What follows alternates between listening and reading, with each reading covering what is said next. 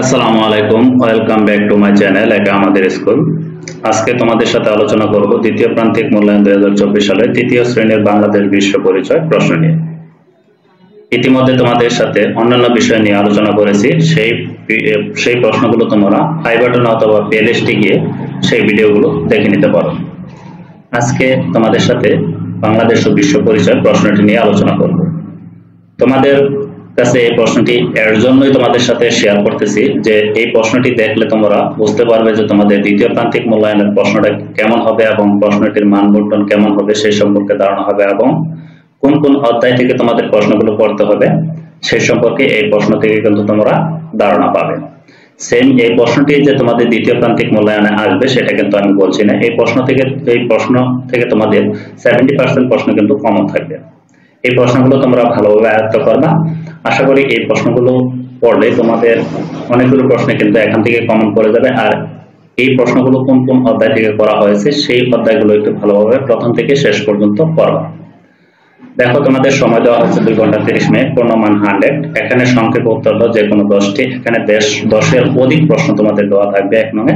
এখান থেকে তোমাদের 10টি আনসার করতে হবে। প্রত্যেকটার মান হচ্ছে 3 করে 3.30 নাম্বার। প্রথম হচ্ছে প্রাকৃতিক পরিবেশের 3টি উপাদানের নাম লেখো। খ নাম্বার সামাজিক পরিবেশের 2টি উপাদানের নাম লেখো। আমাদের এলাকায় পাওয়া এমন 5টি ফলের নাম লেখো। এরপর হচ্ছে 3টি সামাজিক অনুষ্ঠানের নাম লেখো। স্থলপথে 3টি যানবাহনের নাম লেখো। 3টি ক্ষুদ্র নৃগোষ্ঠীর নাম লেখো। এরপর সকলে একসঙ্গে কাজ করলে কি হয়? 4টি পেশার নাম লেখো। এরপর ছেলে মেয়ে উভয়ই করতে পারে এমন 2টি কাজের নাম লেখো। এরপর বিভিন্ন উৎসবে শিশুরা কি করে? বাসার কাজ ছেলে মেয়ে সকলে মিলে একসাথে করলে কি হয়? বঙ্গবন্ধুর প্রিয় খেলা কি ছিল? আমাদের জাতীয় পিতা কে? জাতির পিতা কে? এরপর বঙ্গবন্ধুর ডাকনাম কি ছিল? বঙ্গবন্ধু কোন শ্রেণীতে বেরি রোগে আক্রান্ত হয়েছিলেন? কাদেরকে আমরা ভাষা শহীদ বলি? এরপর হচ্ছে বাংলাদেশে শহীদদের স্মরণে কোথায় জাতীয় স্মৃতিসৌধ নির্মাণ করা হয়? এরপর তোমাদের 2 নঙে থাকবে শূন্যস্থান পূরণ করা যে কোনো 12টির অধিক প্রশ্ন কিন্তু তোমাদের দেওয়া থাকবে। এখানে দেখো একটার মান হচ্ছে 1 করে 12কে 12 নাম্বার। গাছপালা আমাদের দেশ দেয়। বাংলাদেশ দেশ প্রচুর বৃষ্টিপাত হয়। বাংলাদেশ দেশ ঋতুর দেশ। দেশ ভূমিতে আমরা নানা রকম ফসল ফলাই। এরপর অনাবৃষ্টির কারণে দেশ হয়। আমরা সকল দেশ প্রতি সম্মান দেখাবো। এরপর আছে দেখো 6 নাম্বার সকলে একসঙ্গে কাজ করলে পরিবার ও দেশের দেশ হয়। পরিবারের ছেলে মেয়েদের সকলের সমান দেশ রয়েছে। বঙ্গবন্ধুর ডাকনাম দেশ। শৈশব কাল থেকে শেখ মুজিবুর রহমান ছিলেন দেশ। বঙ্গবন্ধুর প্রিয় খেলা ছিল দেশ। শেখ মুজিবুর রহমানের মায়ের নাম দেশ। বঙ্গবন্ধুর শিক্ষা জীবন শুরু হয় দেশ প্রাথমিক বিদ্যালয়ে। বাঙালিদের মাতৃভাষা দেশ। পাকিস্তান দেশ অংশে বিভক্ত ছিল। এই শূন্যস্থানগুলো তোমরা পূরণ করবা।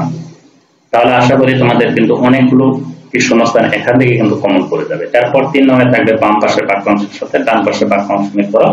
প্রত্যেকটার মান হচ্ছে 2 করে। 5টি বাক্যাংশ আছে 10 নাম্বার। 5টি দেওয়া থাকতে পারে, হয়তো বা তোমাদের 4টিও দেওয়া থাকতে পারে। এখানে 4টি দেওয়া আছে, 5টি 6টি যাই দেওয়া থাকবে এখানে 10 নাম্বার দেওয়া থাকবে। ঠিক আছে, বাম পাশের বাক্যাংশের সাথে ডান পাশের বাক্যাংশ মিল করবা। এরপর দেখো 4 নঙে নিচের প্রশ্নগুলো তোলো যে কোনো 6টি। প্রত্যেকটার মান হচ্ছে 8 করে 6 আর 8 40।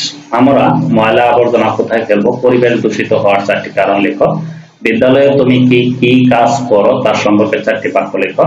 কোন ঋতুতে কোন কোন ফল পাওয়া যায় তার সংক্ষেপে লেখো। পেশা কাকে বলে? 4টি পেশার নাম ও কাজ লেখো। পরিবারের প্রতি আমাদের কর্তব্যগুলো কি কি? 4টি বাক্যে লেখো। আমাদের জাতির পিতার নাম কি? তিনি কোথায় জন্মগ্রহণ করেন? তার বাবা ও মায়ের নাম কি? বঙ্গবন্ধুর শৈশব সম্পর্কে 4টি বাক্য লেখো। জাতির পিতার 4টি মানবিক গুণাবলী লেখো। শহীদ দিবস কবে? দিবসটি সম্পর্কে 4টি বাক্য লেখো। এই ছিল তোমাদের যে বাংলাদেশ বিশ্ব পরিচয় যে প্রশ্নটি সেটি তোমাদের সাথে শেয়ার করলাম। অন্যান্য প্রশ্ন কিন্তু তোমাদের ইতিমধ্যে দিয়ে দিয়েছি। সেই প্রশ্নগুলো তোমরা আই বাটনে অথবা প্লেলিস্টে গিয়ে তোমরা কিন্তু সেই ভিডিওগুলো দেখে নিতে পারো। ভিডিওটি ভালো লাগলে অবশ্যই একটি লাইক দেবা, কারণ তোমাদের একটি ভিডিও করার জন্য আসলে অনেকটুকু পরিশ্রম করতে হয়। তোমরা যদি লাইক না করো তাহলে আমরা মনে করি যে আমাদের ভিডিওগুলো বানানো ব্যর্থ হয়েছে। আশা করি ভিডিওটি তোমাদের ভালো লেগেছে। তাহলে একটি লাইক দিয়ে এবং কমেন্টে তোমার মতামত জানাবা এবং তোমাদের বন্ধুদের কাছে শেয়ার করবা, তারা যাতে এই ভিডিওটি দেখে উপকৃত হয়। আজকের মতো ভিডিওটি এ পর্যন্ত। ভালো থেকো, সুস্থ থেকো, আল্লাহ হাফেজ।